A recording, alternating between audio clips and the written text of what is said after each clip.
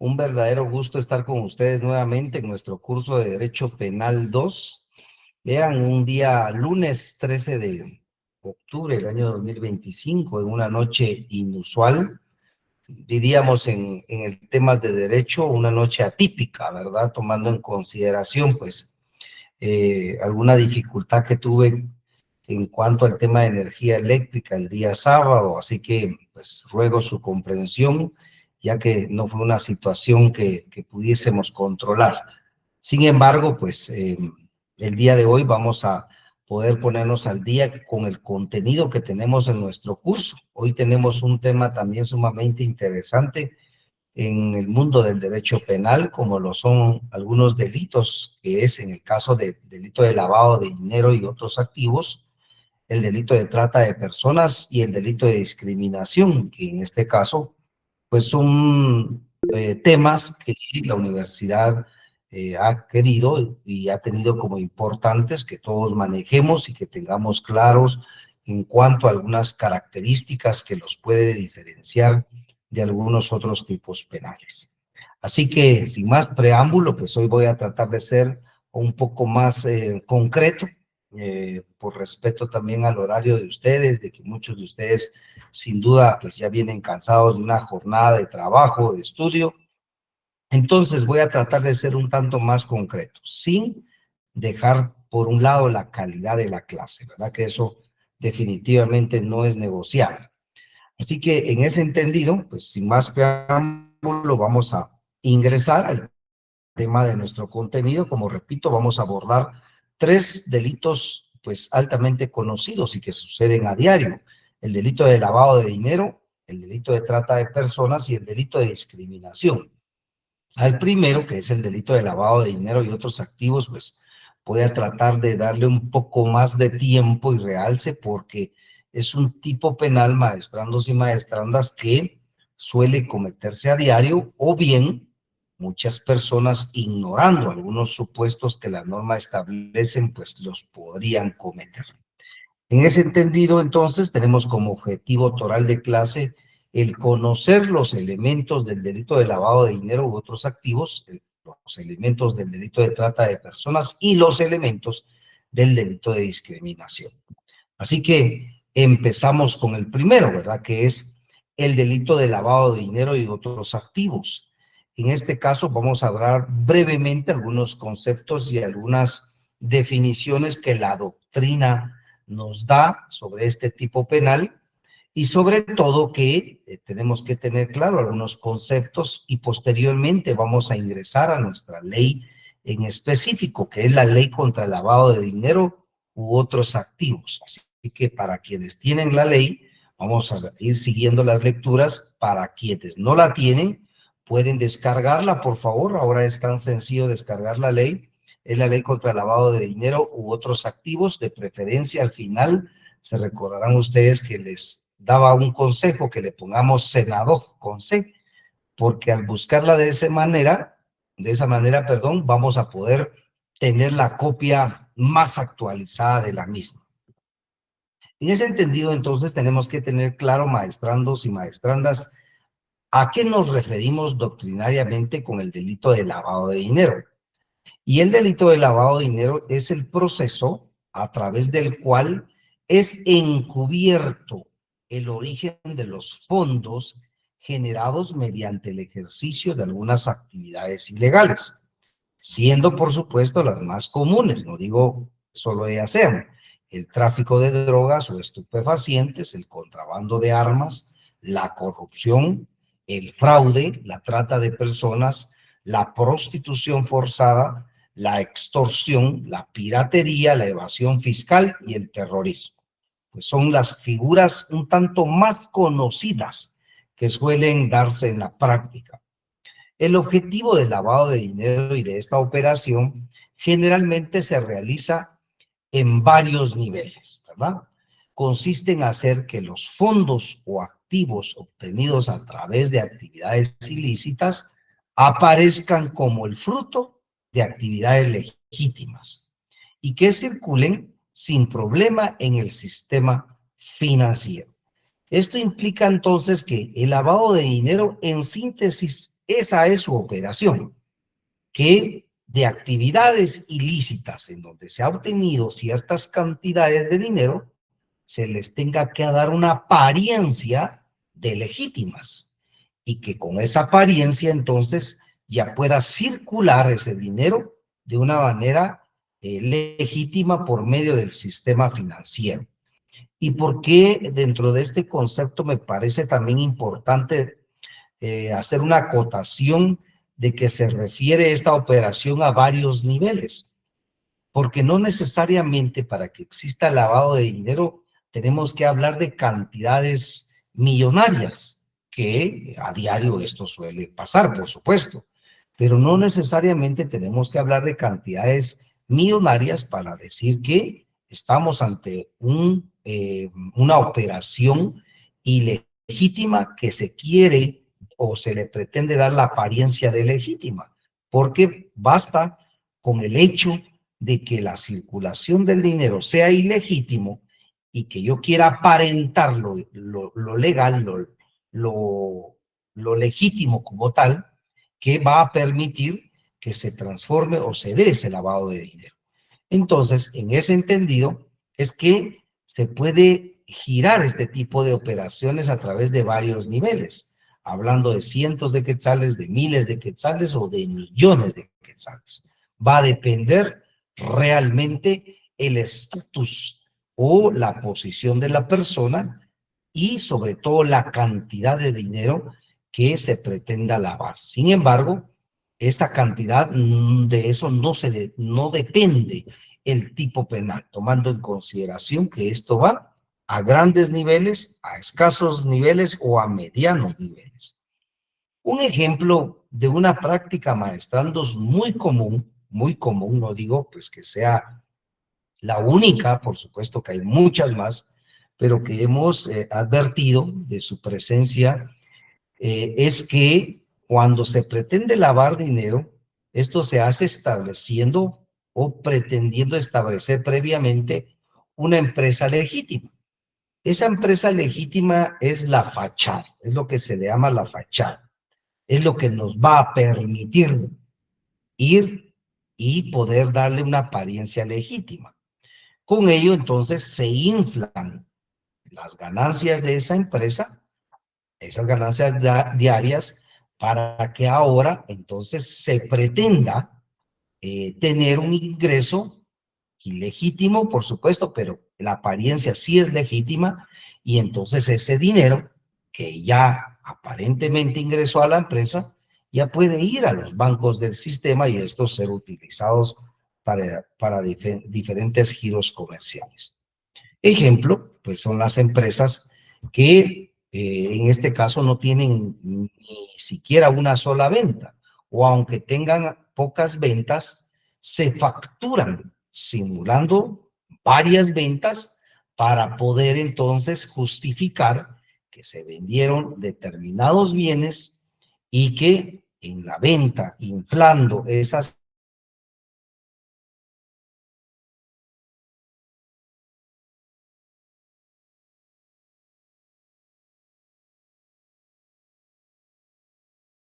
del sistema financiero.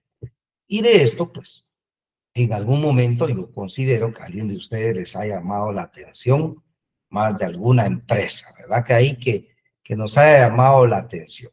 En lo personal, pues el trabajo en donde yo pues suelo ejercer funciones jurisdiccionales, pues tenemos ahí diferentes nombres, pero lógicamente esto por ética no lo puedo mencionar. Sin embargo, pues es una actividad que se juzga a diario y que en todo caso hemos tenido la experiencia de que esta práctica que les estoy dando a conocer sea la que normalmente o comúnmente sucede.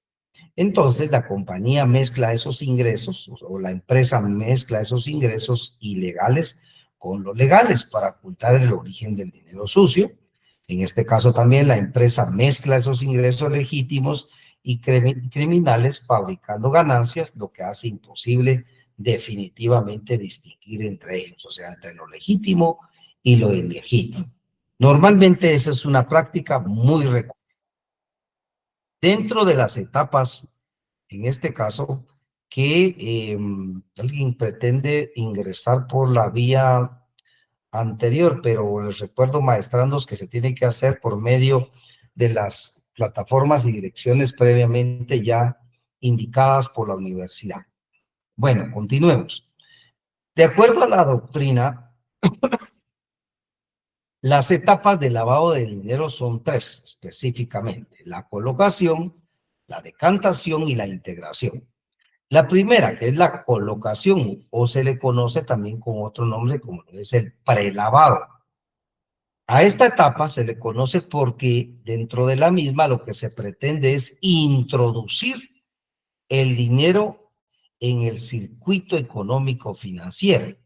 O sea que ya se tiene el dinero ilegítimo, el dinero ilícito, ya se tiene X cantidad de dinero que por la actividad en que se obtuvo, que es ilegítima, pues ahora se pretende eh, darlo o poderlo colocar en ese círculo económico financiero, o sea, utilizar los bancos del sistema para su fácil traslado. La decantación, que otros doctrinarios lo conocen como estratificación, es contar con esa cadena de evidencia haciendo circular el dinero por el circuito financiero. Y la tercera, que es la integración o el reciclado, que es extraer el dinero para invertirlo sin riesgo por su apariencia ilícita. Entonces, aquí es en donde ya se facilita sucesivas operaciones de lavado. Si traemos a colación el ejemplo anterior de cuál es el movimiento más común, que es creando una empresa de fachada, y ponemos a funcionar las tres etapas, implicaría entonces que la etapa de colocación es porque yo ya tengo el dinero es ilegítimo.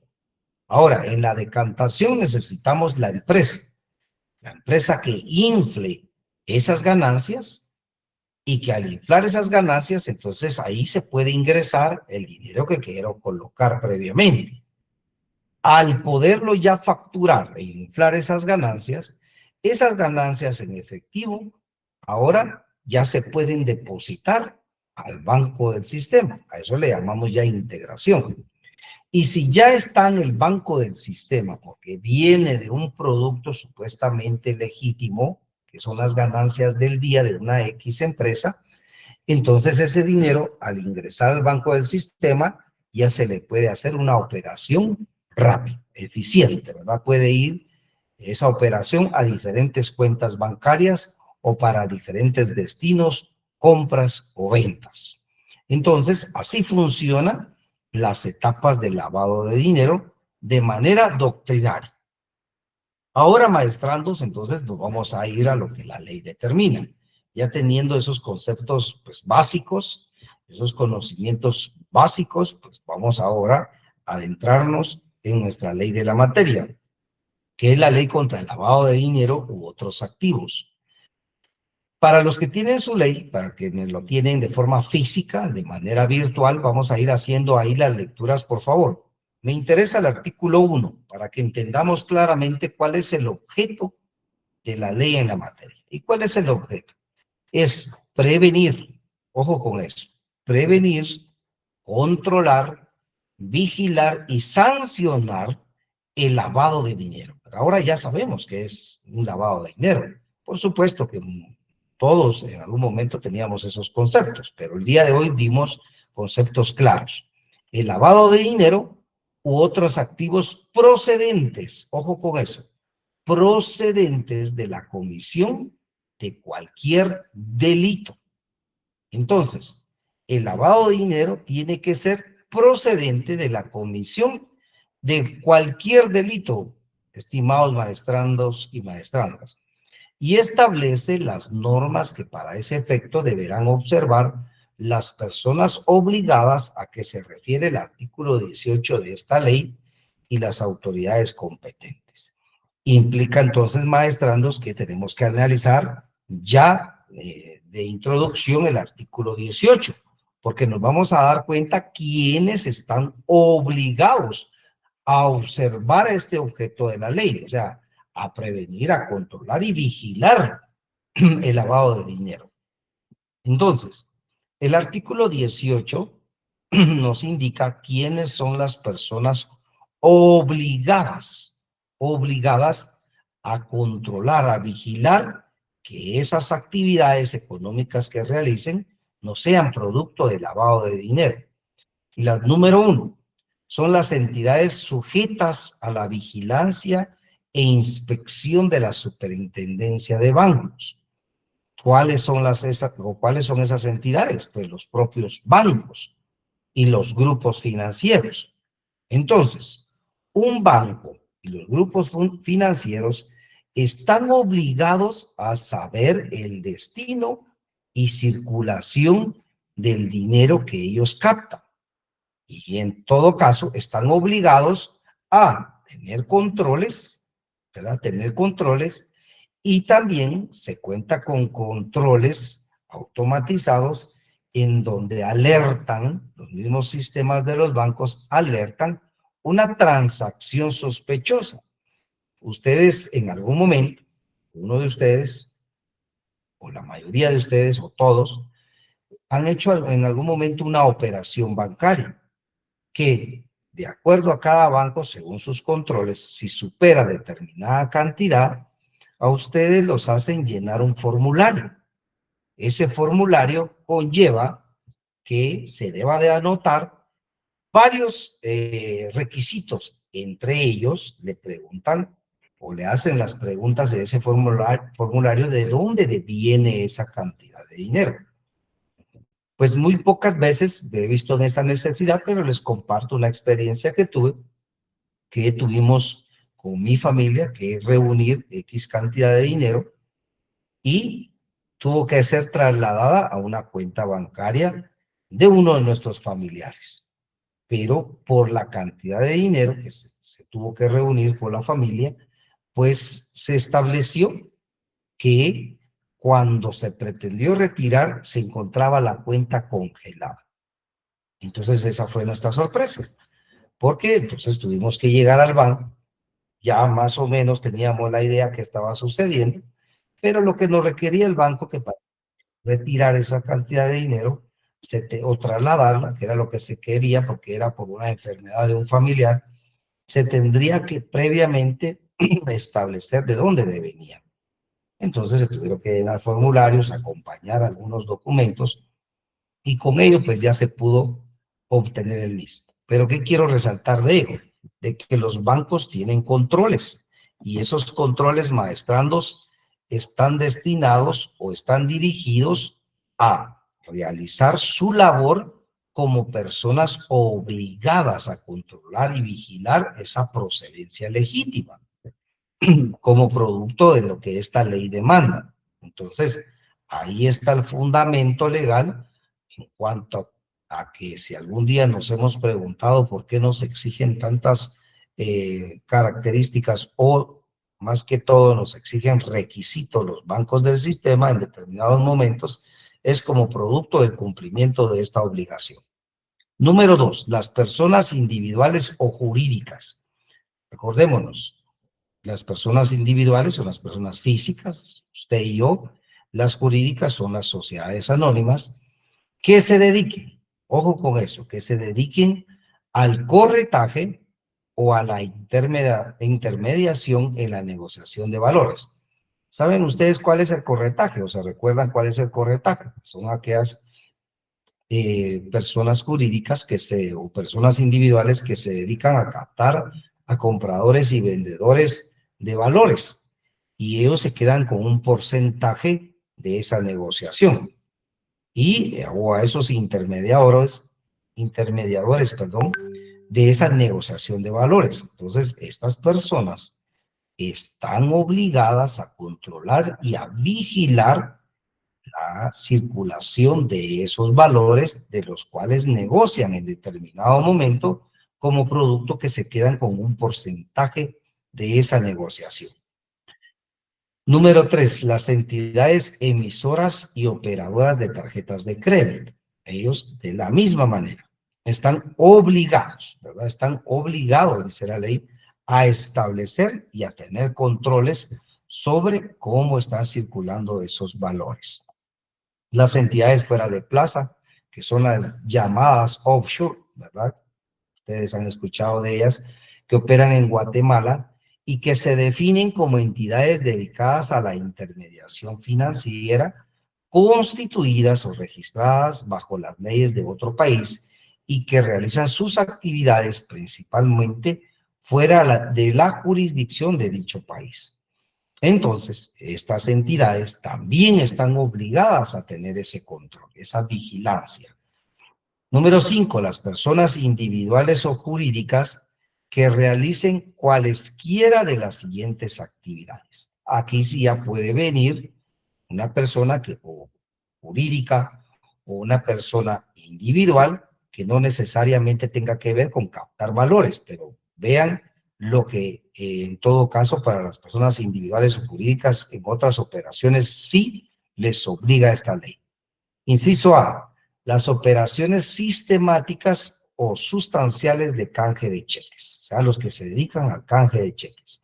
Inciso B, operaciones sistemáticas o sustanciales de la emisión, venta y compra de cheques de viajero o giros postales.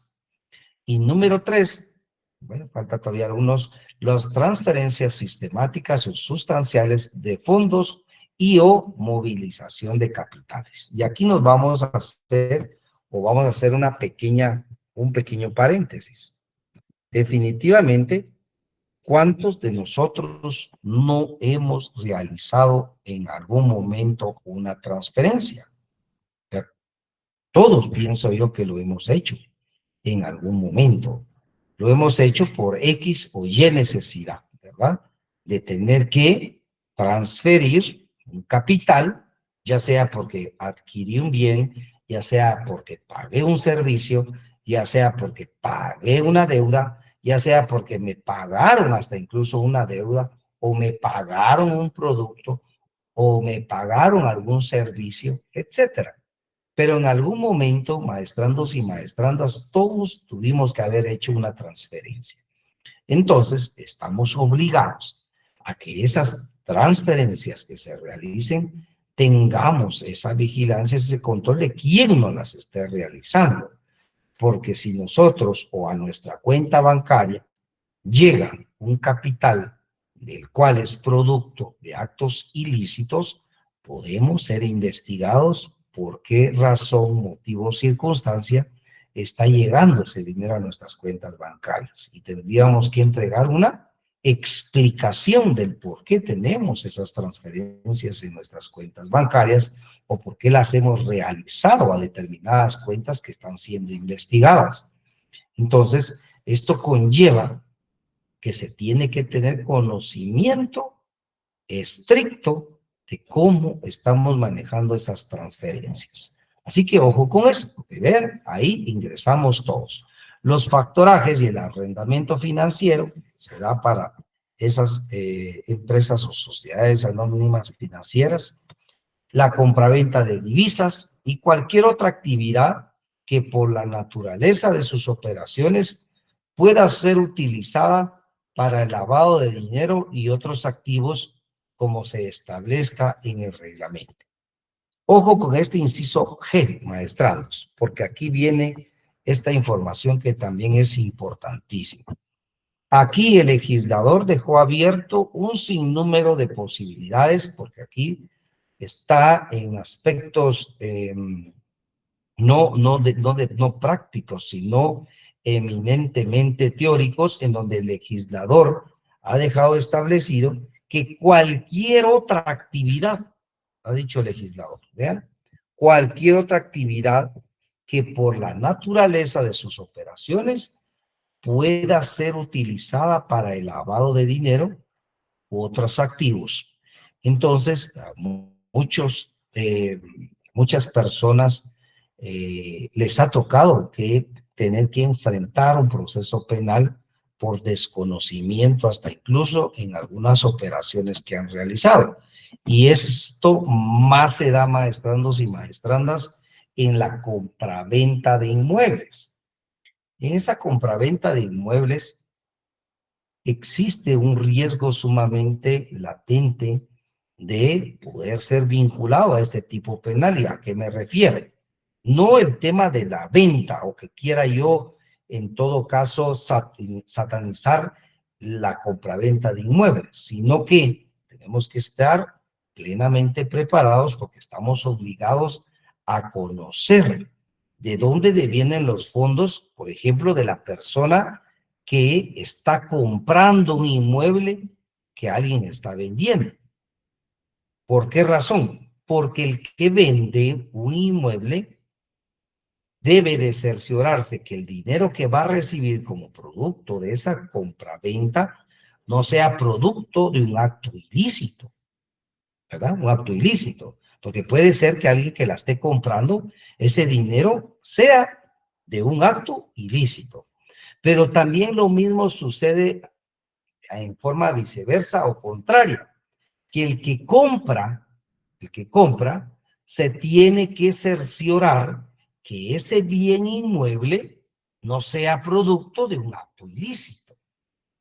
Entonces vean cómo esto funciona en ambas vías, en ambos sentidos, porque de aquí deviene que cualquier actividad que pueda ser catalogada, utilizada para el lavado de dinero, puede ser investigada en determinado momento. Entonces es lo serio del que vende y del que compra, porque están en iguales condiciones en cuanto a poder en algún momento ser investigados por este hecho. Hay personas, les comparto, que ha sucedido en la práctica, que venden sus inmuebles. Ellos dicen, yo necesito que usted me deposite en mi cuenta bancaria la cantidad que hemos acordado. Y esta persona dice, correcto, se la deposito. Resulta que le depositan ese dinero y cuando la persona que ha vendido su bien trata de retirarlo, le aparece una notificación que su cuenta ha sido congelada, como producto que ese dinero viene siendo vigilado y controlado porque ha sido utilizado o deviene de un acto ilícito, y aunque él esté vendiendo de buena fe, mientras esa investigación continúa, no puede hacer uso de ese dinero. Y muchas personas se han visto en la imperiosa necesidad de iniciar procesos civiles para poder pedir la restitución de ese bien inmueble hacia ellos, porque han perdido ese dinero. Entonces han pedido esa restitución del bien inmueble, pero esto conlleva, si no un año, muchos años de lucha, en este caso en tribunales. Pero aquí todavía se corre con la suerte del que vende, que en algún momento puede, al vender de buena fe, poder recuperar el bien inmueble. Pero ¿qué pasa, maestrandos, con la persona que está comprando? Pues la persona que está comprando definitivamente sí está en un escalón muy inferior y sobre todo en desventaja. ¿Por qué? Porque el que está comprando va a dar un dinero en efectivo, normalmente, por supuesto, ¿verdad? Normalmente puede haber otro pacto ahí como tipos trueques entre inmuebles y llegar a un precio X. Pero la persona que da el dinero en efectivo, en muchos casos ha perdido su dinero y ha perdido el inmueble. ¿Por qué? Porque le dan el dinero a quien se lo está vendiendo, esta persona, al tener el del dinero, desaparece y resulta que quien lo está comprando, quien está comprando ese inmueble, en algún momento se cerciora que ese inmueble es producto de un acto ilícito y que por lo tanto, entonces no lo puede utilizar porque deviene de esa investigación que se ha venido realizando previamente. Entonces, ¿a quién le va a pedir ese dinero? Sí, en muchos de los casos, o ya no aparecen estas personas, o si aparecen, no tienen, en este caso, esa solvencia económica de poderles, con otros bienes, pagar esas cantidades de dinero. Porque vean, muchas de las personas que se dedican a este tipo de ilícitos pues también son astutos, o sea, utilizan su inteligencia para actos ilícitos. ¿Y y cómo lo realizan o qué aspectos toman en cuenta? De que buscan sus famosos testaferros y que por medio de esos testaferros no pueden llegar a los legítimos autores de los delitos. Entonces, esto se convierte en un tema sumamente estructural, o sea que es muy difícil en algunos momentos poder llegar con las verdaderas personas autoras realmente de estos tipos penales, sino que se da normalmente con personas que han sido utilizadas por su vulnerabilidad, ya sea su condición de pobreza, de necesidad, por edad o por alguna condición física, por lo hablábamos en algún momento, se hacen valer de hasta incluso de personas que por su misma circunstancia, pues son completamente vulnerables a caer en este tipo de ilícitos. Entonces es complejo, ¿verdad, maestrandos? Lo cierto es que estas son las personas que están obligadas a saber y a tener claro de dónde devienen ese circuito de valores que se está generando. Nuestro artículo número 2 establece qué es el delito de lavado de dinero y otros activos. Entonces aquí ya tenemos las características, los verbos rectores. Entonces en el inciso A, en primer lugar es aquella persona que invierte. El que invierte es el que da el bien para que, en todo caso, pueda generar una ganancia. El que convierta ese bien, el que transfiera ese bien o el que realice una transacción financiera con bienes o dinero, sabiendo, ojo con esto, maestrandos, aquí viene un verbo rector sumamente importante. Sabiendo quiénes están obligados a saber, maestrandos, el artículo 18 nos dice quiénes. Y si ustedes lo recuerdan del análisis que hemos hecho anteriormente, ¿quién se puede escapar a las personas que deben de saber si ya nos dimos cuenta que hasta el mismo legislador dejó abierto un sinnúmero de posibilidades? Eso quiere decir que todos tenemos que saber qué está sucediendo con esos bienes que estamos invirtiendo, convirtiendo, transfiriendo o realizando transacciones financieras con bienes o con dinero, lo que hablábamos anteriormente. Sabiendo o que por razón de su cargo, de empleo, de oficio o profesión esté obligado a saber que los mismos son productos o proceden o se originan de la comisión de un ilícito. Entonces, estamos hablando de lavado de dinero si esos bienes proceden o se originan de actos ilícitos, ¿verdad? Número 2 o inciso B. Ahora ya viene otra figura. Vean, la primera es el que cede, el que da, el que invierte, el que convierte, el que transfiere, el que realiza, ¿verdad? Ahora viene, ojo con esto, el que adquiere, el que posee, el que administre, ojo con eso, tenga o utilice bienes o dinero sabiendo o que por razón de su cargo, empleo, oficio, profesión esté obligado a saber que proceden o se originan de la comisión de un delito. Entonces, por un lado, ustedes ya saben que es el que da, en el inciso B es el que adquiere, el que recibe esos bienes. Entonces va en doble vía, por eso les decía, tanto está obligado el que vende como el que compra, porque es en doble vía, ¿correcto?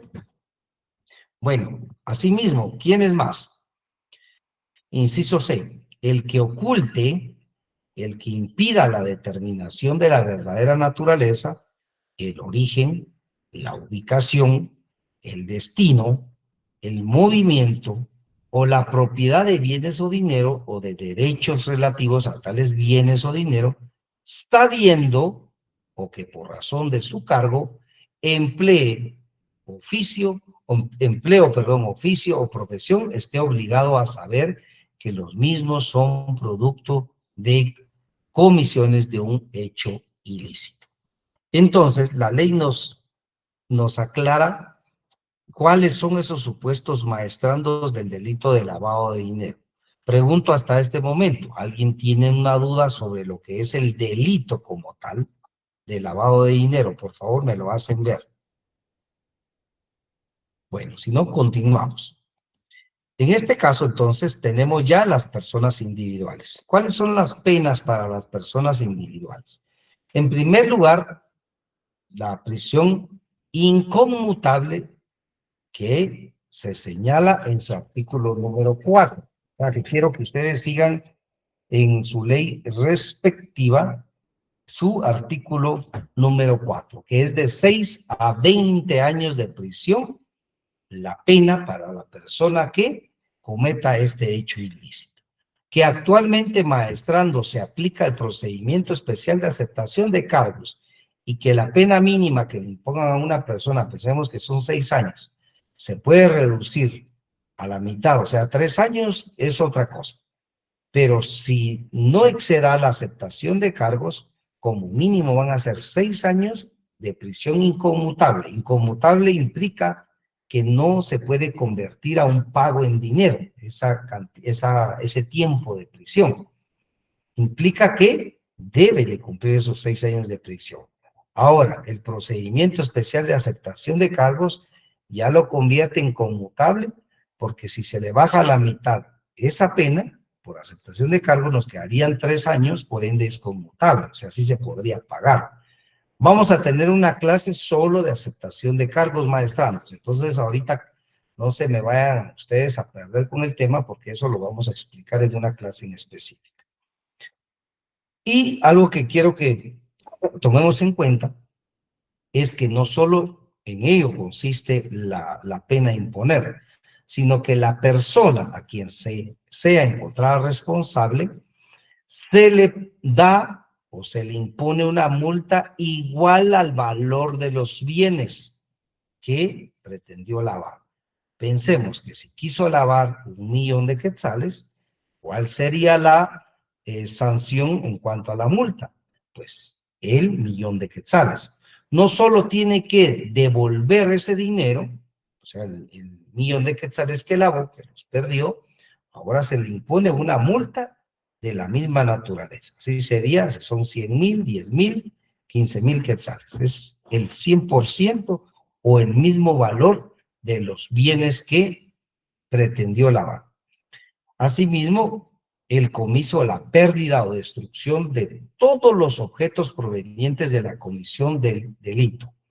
Y como lo es también que para las personas extranjeras, o sea, que no son guatemaltecas, también como pena accesoria se le impone la expulsión del territorio nacional.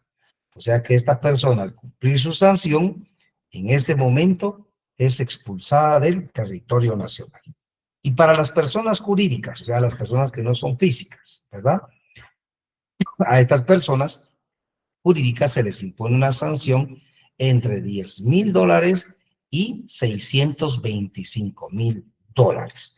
Y se les hace un apercibimiento que en dado caso reincidan, se ordenará su cancelación prácticamente de su personería jurídica, así como también la pérdida y destrucción de todos los objetos que sean parte de la comisión del delito de lavado de dinero. O sea, es serio realmente la consecuencia que conlleva la comisión de este delito.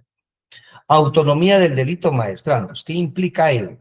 Implica que el delito de lavado de dinero no depende para su enjuiciamiento de que exista algún procesamiento o sentencia previa, sino que el delito de lavado de dinero es autónomo y por ende puede entrarse a dilucidar o puede entrarse a su juzgamiento sin que por ello se pueda alegar que debe de existir una sentencia previa o un procesamiento previo de, en todo caso, de dónde provenga ese dinero. Y a eso se le conoce como autonomía del delito. Bueno, hasta este momento estamos terminando lo que es el tema del delito de lavado de dinero. Vamos a pasar al delito de trata de personas. Previamente a ello, Pregunto también si hasta aquí existe una duda, si no, pues continuamos. Correcto, el delito de lavado de dinero, que es el que hemos analizado, pues ya vimos sus características, sus sanciones, sus penas, qué otras circunstancias se toman en cuenta. Ahora, el delito de trata de personas. El delito de trata de personas, maestrandos, es conocido como la esclavidad o la esclavitud moderna. ¿Por qué? Porque por medio del delito de trata de personas, o las personas que cometen este tipo penal perciben a una persona como un objeto, perciben a las personas como una mercancía de la cual pueden captar, transportar, vender, alquilar, etcétera. O sea, se percibe a las personas humanas como una mercancía, como un objeto. Y eso es lo que básicamente nuestro Código Penal específicamente pues prohíbe.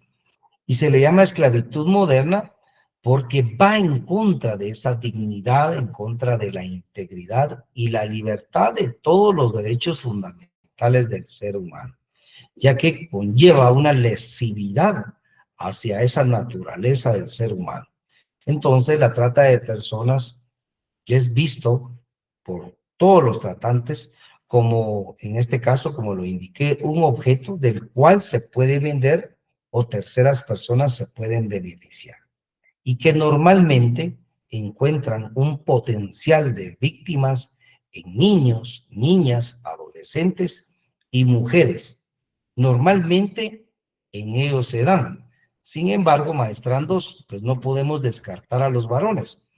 Y un delito de trata de personas normalmente se está dando en las personas que buscan inmigrar hacia otros países, como lo que está sucediendo en Centroamérica, y cuando ingresan al país vecino, que es México, muchas estructuras criminales captan a esos grupos de personas indocumentadas, se los llevan para lugares de trabajo y los obligan a trabajar para ellos sin ni siquiera tener un centavo a cambio de ese trabajo. Están como esclavos prácticamente y utilizan normalmente a los varones. Entonces, si normalmente se habla de niños, niñas, adolescentes y mujeres, también vemos que no funciona solo así, sino también se da para varones, pero normalmente sí se da más en los grupos vulnerables. El delito de trata de personas maestrandos está regulado en su artículo 202 ter de su Código Penal. Ahí tienen ustedes el delito de trata de personas. Y ahí tienen ustedes también las características propias de este tipo penal. En cuanto a qué, el delito de trata de personas es la captación, es el transporte, bastando, dice la ley, la retención, la acogida y la recepción de una, ojo con eso, una o más personas, con un fin maestrandos, que es la explotación. Entonces, si vemos, aquí ya tenemos algunos verbos rectores, que es captar, que es transportar, que es retener, que es acoger o recepcionar a una o más personas. Eso quiere decir que aquellas personas que se dedican a captar a una o más personas para que puedan ser llevadas a otros países, cometen el delito de trata de personas. Aquellas personas que transportan a otras personas con los fines de explotación, ya sea dentro o fuera del país, cometen el delito de trata de personas. A las que las retienen o a las que les dan acogida, o sea, ustedes han escuchado que normalmente cuando las transportan, las llevan a lugares en donde pernoctan o están en determinados tiempos en esos lugares hasta que el peligro ha cesado o hasta que han llegado a la otra parte que se los va a llevar hacia el siguiente lugar. O la recepción, dice la ley. Estas personas cometen el delito de trata de personas. Asimismo, quien cometa este delito será sancionado con prisión de 8 a 18 años y multa de 300,000 a 500,000 quetzales. En ningún caso, dice, se tendrá en cuenta el consentimiento prestado. ¿A qué se refiere el consentimiento prestado de la víctima, maestranos? Que aunque la persona que capte, la persona que transporte, que la persona retenga, acoja o recepcione, indique que cuenta con el consentimiento de la víctima para poder hacerlo, eso no viene a poderle restar responsabilidad penal. Por el contrario, el mismo artículo lo menciona, que no se tendrá en cuenta ese consentimiento de la víctima como producto maestrando de la naturaleza del tipo penal. Entonces, ojo con eso, porque normalmente en algún momento algunos abogados como defensa han utilizado el pretexto de que las personas dieron su consentimiento para poder ser captadas, para poder ser transportadas, acogidas o recepcionadas en determinado momento. Y que, en todo caso, con ello buscan librarse de alguna responsabilidad penal. Pero vemos que el artículo es taxativo, o sea que es claro y nos dice que no se tomará en cuenta ese consentimiento prestado.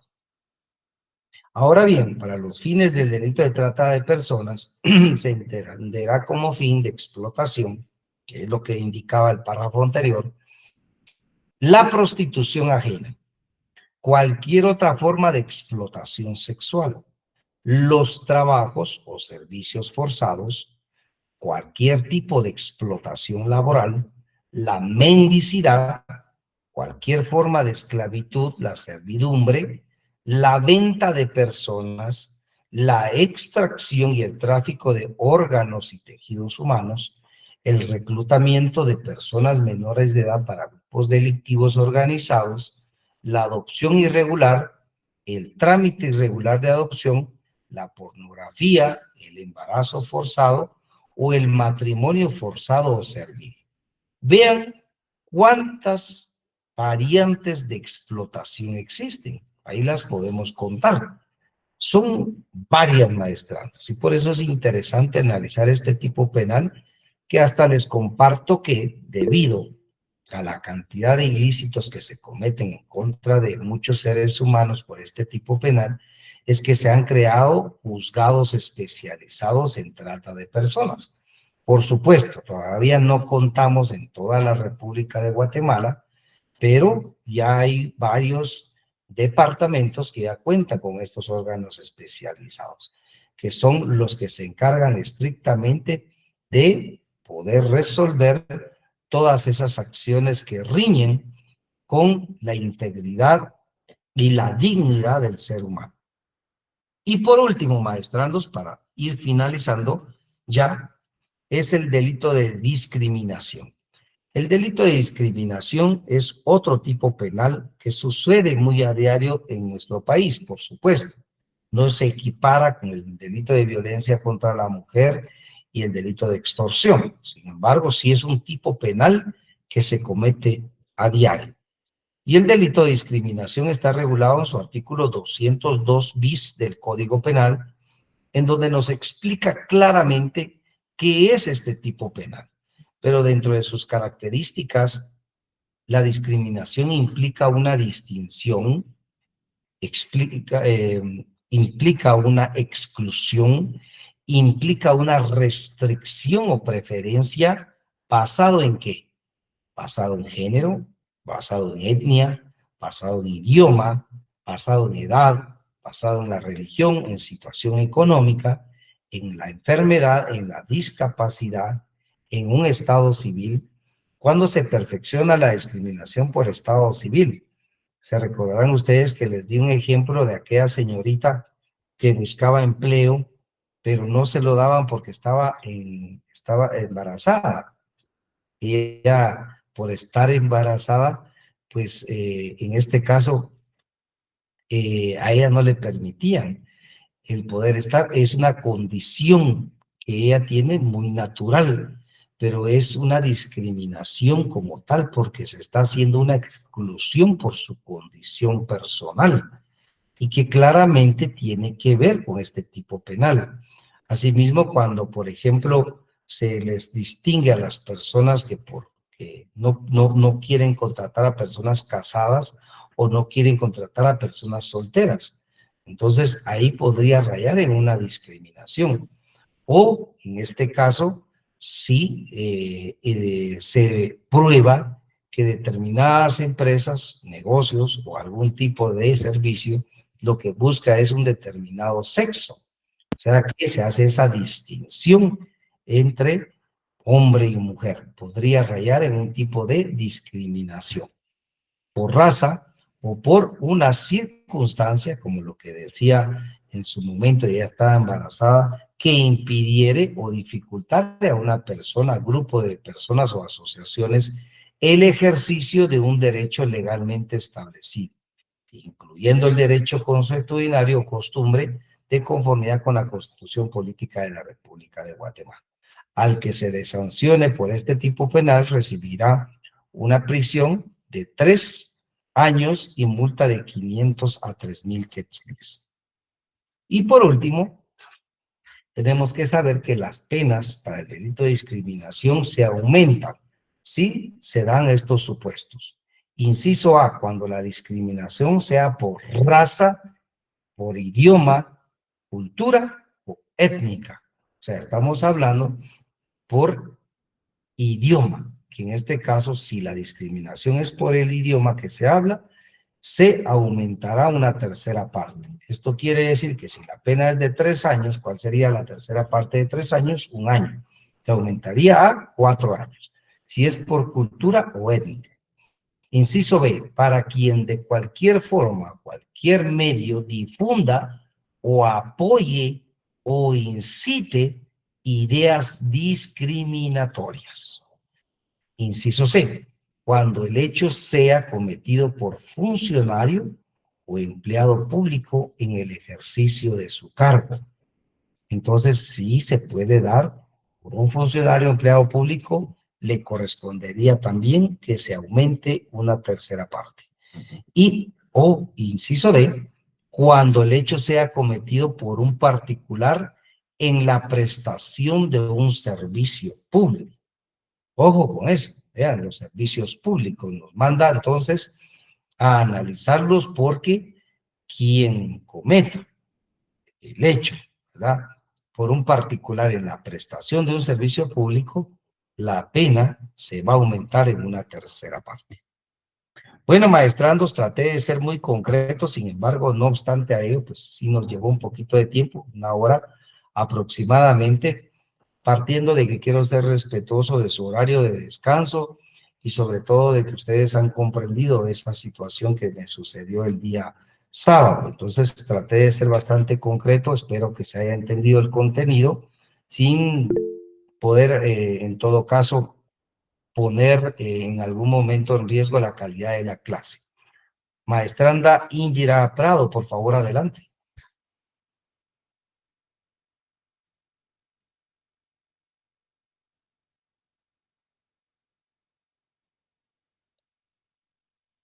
Maestranda Indira Prado, por favor.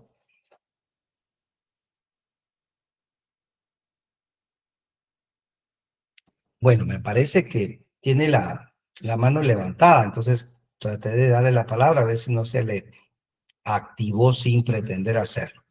Maestrandos y maestrandas, les deseo una bendecida noche. Si Dios nos lo permite, nos vemos el próximo día sábado. Hasta pronto.